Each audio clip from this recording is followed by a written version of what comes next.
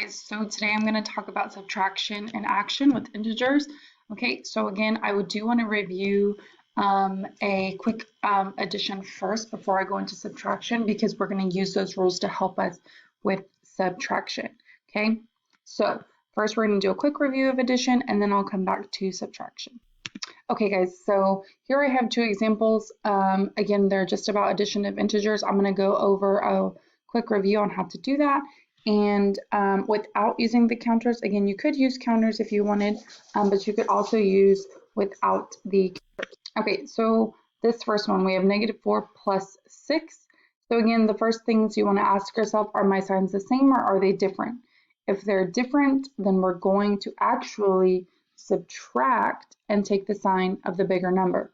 So here we have -4 and a +6. So we want to, they're different signs, so we actually want to subtract and we want to say 6, we really want to do 6 minus 4, and 6 minus 4 gives us 2. And now we want to go back and look at the signs. Which number has a greater value, -4 or +6? So +6 here has a greater absolute value, so we're going to take that sign of this number, and this number is positive, so our answer is also positive.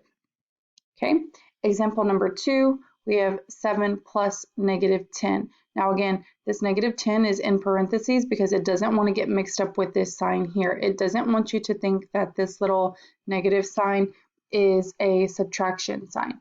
So again, they put this negative number in parentheses so you don't get confused. So again, we're going to ask ourselves, are the signs the same or are they different? In this case, again, they are still different, so we are actually going to subtract. So we're really thinking 10 minus 7, okay? And 10 minus 7 is 3. And now we want to determine if this 3 is going to be a positive or a -3. So we look back at the signs, or we look back at the numbers. We have 7 and 10, -10.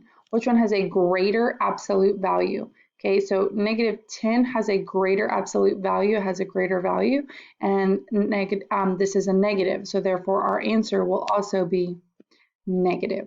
Okay, so I'm going to go back to the subtraction part, and that, but we needed to remember these rules to help us with subtraction. Okay, so subtraction of integers, again, we don't do it. So we rewrite them, we rewrite the problem, and we use our addition rules. So again, that's why I told you addition is really important. So again, we're never really subtracting. We're just using these addition rules of integers to help us solve these problems. So again, our first step when subtracting or adding is we're going to keep that first number. Okay, we're going to change the sign to an addition symbol, and we're going to take the opposite of the second number. So again, we're rewriting these subtraction problems to addition problems to make it easier for us to solve. I know that sounds confusing, but again, this should just really be a review. So I am going to work through a couple of examples, and then I will have an activity for you. So our first example, we want to rewrite this problem first. This problem is 5 minus -11. So we're going to follow the 3 rules, or the 3 steps. We're going to keep the first number. Okay, we're going to keep this +5. We're going to change this minus sign to addition, and we're going to take the opposite of -11. So you should have something that looks like this. 5, we kept the first number, we changed the sign to addition, and we took the opposite of -11, which is +11. So this problem is really 5 plus 11. And when we add those together, we get 15. So changing it to an addition problem makes it a little bit easier for us to solve. Okay, again, if I'm moving too fast through this video, feel free to pause or rewind at any time. Okay, the next example, we have -12 minus -9. So again, all we're doing is first we're going to rewrite the problem. Okay, so we're going to keep this first number, we're going to keep this -12, we're going to change the subtraction sign to addition, and we're going to take the opposite of -9. So Again, if you want to pause this video and write what that's going to look like, I'll give you just a minute.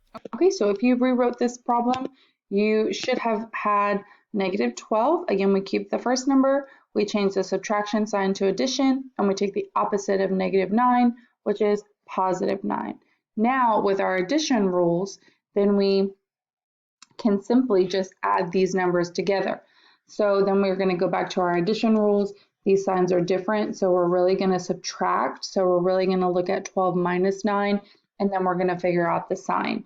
So 12 minus 9 is 3, and which number has the greater value, negative 12 or positive 9?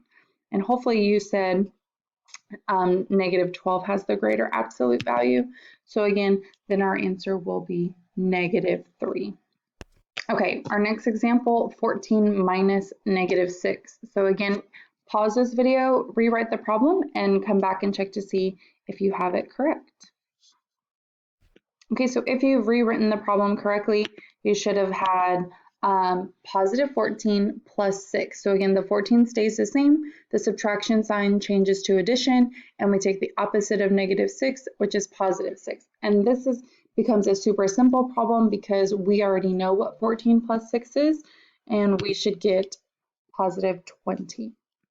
Okay, the next example, negative 12 minus 7. So again, pause the video, take the time to rewrite the problem, and come back and check to see if you're correct. Okay, so hopefully you've rewritten the problem. Again, our first step is to keep the first one. We change the sign and we take the opposite. So again, you should have gotten negative 12 plus negative 7. So again, we kept this negative 12. We changed the subtraction sign to addition, and we took the opposite of positive 7, and we changed that to negative 7. And now again, this becomes a real simple problem as well because the signs are the same and we're adding. So we just add like normal. We say 12 plus 7 and we get 19. And since they're both negative, our answer is also negative. So you should have gotten negative 19. So again, hopefully this video helped you. Again, feel free to rewatch it as many times as you need to. I will also post a video with, I'll post an activity with some example problems. Tomorrow will be a quick review of multiplication and division, which again should be super simple, and then you should be ready to take your math assessment for this weekend. So I hope you have a great Thursday and look out for the assignments. Have a good day.